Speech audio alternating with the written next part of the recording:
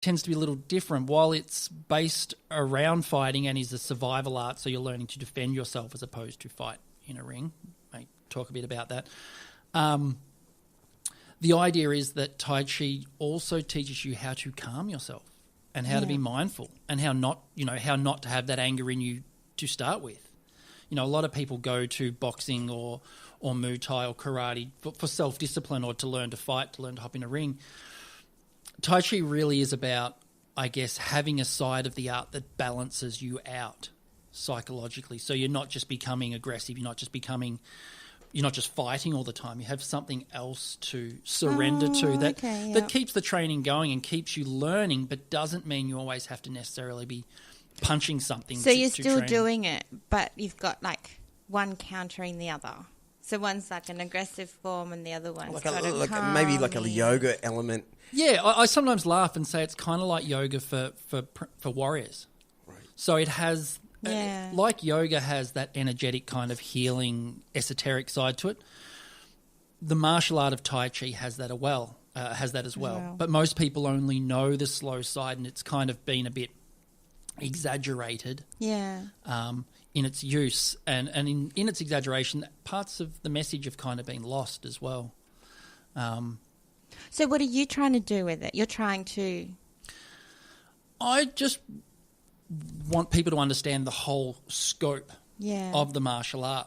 Being a clinical acupuncturist and working as an acupuncturist, more and more I'm getting to the opinion, and I think people are as well, getting to the opinion that they really need to look after themselves. People need a lifestyle. You just can't treat your body like a machine and expect to go into a repair shop. That's what we do wrong. We expect just to have an oil and grease change, with the maintenance aspect's not there. So personally, I find with Tai Chi, a lot of people have yoga or they go to meditation or they do something like that. But it's all based around feeling good and feeling,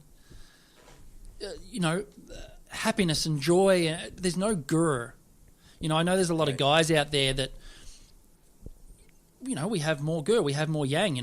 Having a little bit of a wrestle, a bit of a punch on and stuff can be quite therapeutic for guys. And so, I think if more people understood that aspect of Tai Chi, then they would understand why the slow form's there and how it can help them and how it can aid them and how it actually does have really applicable life skills and martial arts skills attached to it. Yeah. But most people just see it as old people trying to relax, whereas for me, the relaxation side is the meditation, but it's also the relaxation of feeling more competent in situations, knowing I can handle myself, my own emotions, my own turmoil, as much as if a situation happened and I needed to defend myself. That hopefully I would have the skills I need to get out of that situation. So I guess the relaxation for the slow form is multi-layered as well, but most people just think breathe and meditate, whereas it's only actually really one aspect of that side of the art. It looks... Let's see...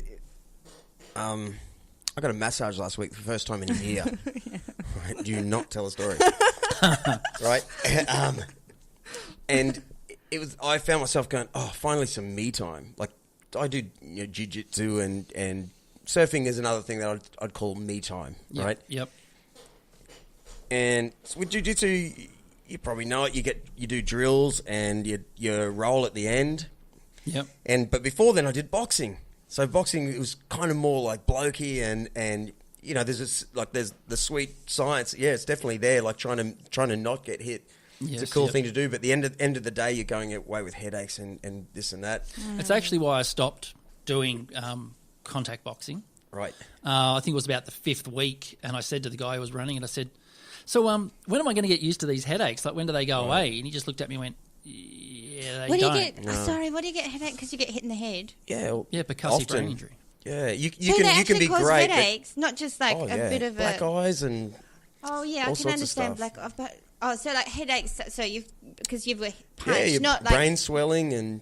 Oh gee. Oh yeah. Yeah, there's actually a whole section of medical doctors kind of trying to work with curbing, stopping, creating rules around percussive brain injury from impact damage. Yeah, there's guys that even know that it goes to because it's your frontal lobe gets hit. Yeah, I actually found slows your speaking and You get boxer. punch drunk, yeah. I actually found I'd get quite depressed for about a week after. And if you look into the symptoms, Symptoms. thank you, the symptoms of those kind of injuries, depression is a large one with concussion and brain injuries. So for me, that was pretty much how do I get some sort of reality without the brain damage, without those long-term effects? Yeah. And yet it's awesomely fit. Like, I miss the fitness and the frightening aspect of it. Definitely. You are trying to do, and when you do good, you're like, oh wow, I'm so feel great. Yeah. That you're like this exhilaration.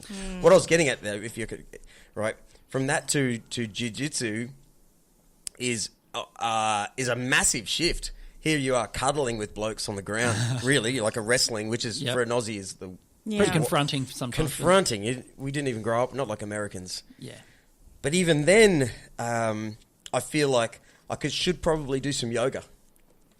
So I'm sort of getting into watching your videos lately going, the combination of, say, jiu-jitsu and Tai Chi would probably be the greatest thing for my jiu-jitsu.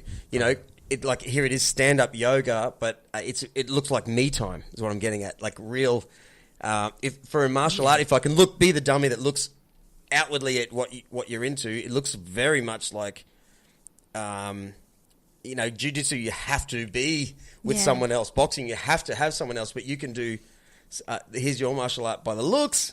Yep. Where it's a lot of me time, a lot of forms, and a lot of like a kata kind of thing that you can repeat. It's actually funny you can say that, because half of the reason I want to get out there and start talking about it more is so I can get more people to train with and stop doing it by myself so much. Oh. But yes, definitely, I get your point. And what I find and what I'm really trying to get people to understand is, and with the acupuncture as well, I get in Australia we have this culture, and it's almost like some sort of psychotic exercise culture where if you're training, you've just got to go so hard. And I find a lot of people break down, or a lot of people, pushing themselves physically to an extreme.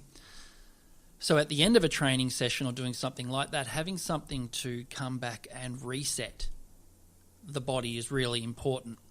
And a lot of people do use yoga for that because they get the stretch.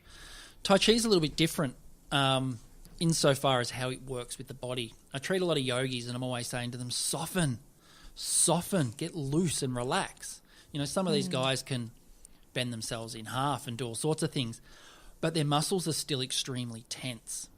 One of the things, traditionally, Tai Chi was actually called Hao Chuan, which means loose boxing. There you go. There's some Chinese for you.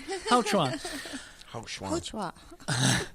And it literally meant loose boxing. Now, if you look at good Muay Thai fighters, good boxers, they're actually quite loose when they fight. Typically what a lot of people do when they're in a fight is instantly they seize up and they get really stiff.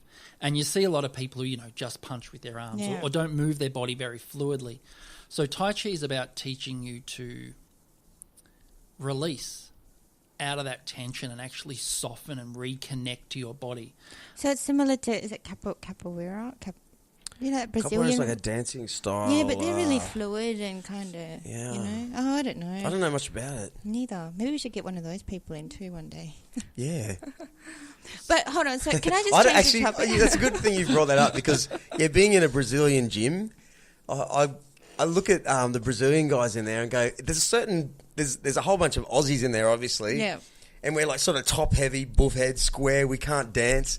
And then there's the Brazilian guys who've got that sort of Latin ass, they can just shake and move. And they could easily do capoeira and be sexy and blah, blah, blah. The way they move their hips. Yeah, so even in Brazilian Jiu-Jitsu, those Brazilian guys just have this body shape and this like born flexibility. Great point. And hips. Let me bring it back to that. Hips and the reason why. Okay. In Taiji, we learn to basically strike and use our body differently, which is one of the reasons we have the slow form. It's literally to teach you a new way to move your body. I almost want a T-shirt printed up that says, give me 5 minutes and I'll teach you a new way to move that you never knew possible. Yeah. Say that again. What? Give me 5 minutes of your time and I'll teach you a way to move that no one knew possible. Maybe a little bit long for a T-shirt. You know what? Yeah, because by the time you read it, that's the 5 minutes up. You should preface it. You should preface it with, "Hey, wait, look at this." Yeah. So basically, normally we're standing in the kitchen, right? And we go to get something off the bench. We just move our arm. Okay? Yeah. This is what we would class as an external movement. It's just you moving your limbs or your body isolated. Yeah. To get a whole body movement, which is what we talk about in Taiji, basically you have to move everything in your body, every part together. So it's one whole movement. So to illustrate this, I kind of say to people, imagine a cartoon horse running along. Yeah. Imagine if the body of the horse didn't move and just the legs moved underneath, right? It would look really stupid, right? Yeah. But when you look at a real horse running, it's got the whole body moving. So the whole body is undulating and moving, which moves the legs. That's kind of whole body movement. So even when we run a lot of the time, we actually isolate and our legs move. Other parts of our body move to compensate for the legs moving, but it's just our legs going along underneath us, okay? In Taiji, one of the reasons we do the slow form is actually to begin unwriting that way of moving and that habit out of our body. Yeah. And so what you end up with, imagine if you had a scarecrow and you had a stick going right up its bottom, right up its clacker, right up its spine, but then you just shook the stick, like twisted it, rotated it left and right, like you can turn your spine left and right. Yeah. The arms of the scarecrow would just dangle around.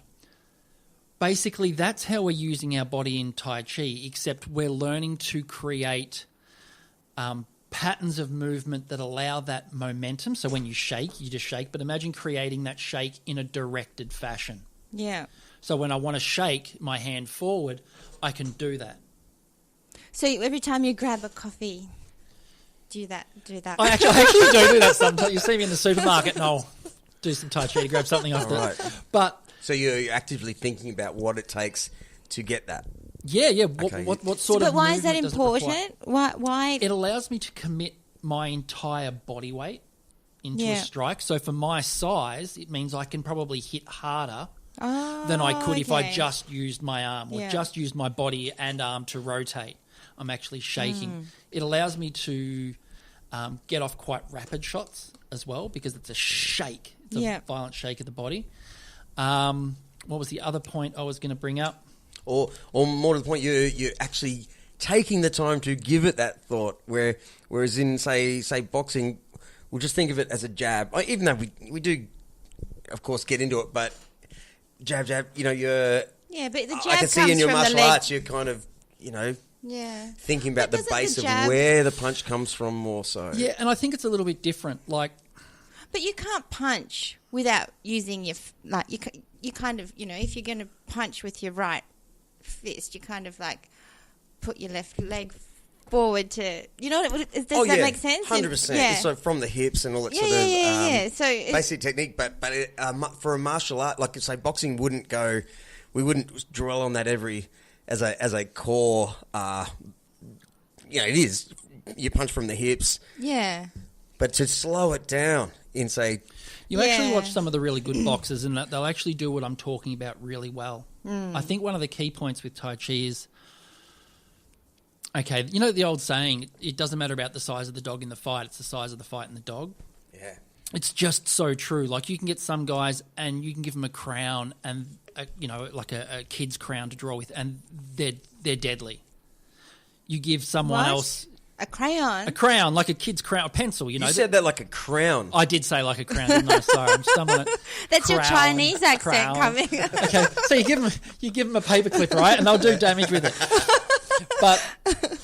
But if you get just someone off the street, just a normal housewife, she isn't going to have those same skills. You're going to have to teach her certain things. Oh, give us a knife though. Kitchen knife, and we know what to do with it. But so a lot of the time, the meditative aspect of Tai Chi, like a lot of the time I say doing my slow form is like shadow boxing. Except I'm shadow boxing Kung Fu, I'm not shadow boxing boxing. Yeah. Okay. Okay. So in saying that, with that size of the fight and the dog, some people are going to have that, but others don't. So you actually need to teach people how to access that part of their mind, how to access that survival aspect. So that's a big difference. You hop in a boxing ring and it's a fight. You're there to have a fight. Yeah. Self-defense is different, and there's quite a few martial artists online now starting to make this difference. We have martial arts, great. Take your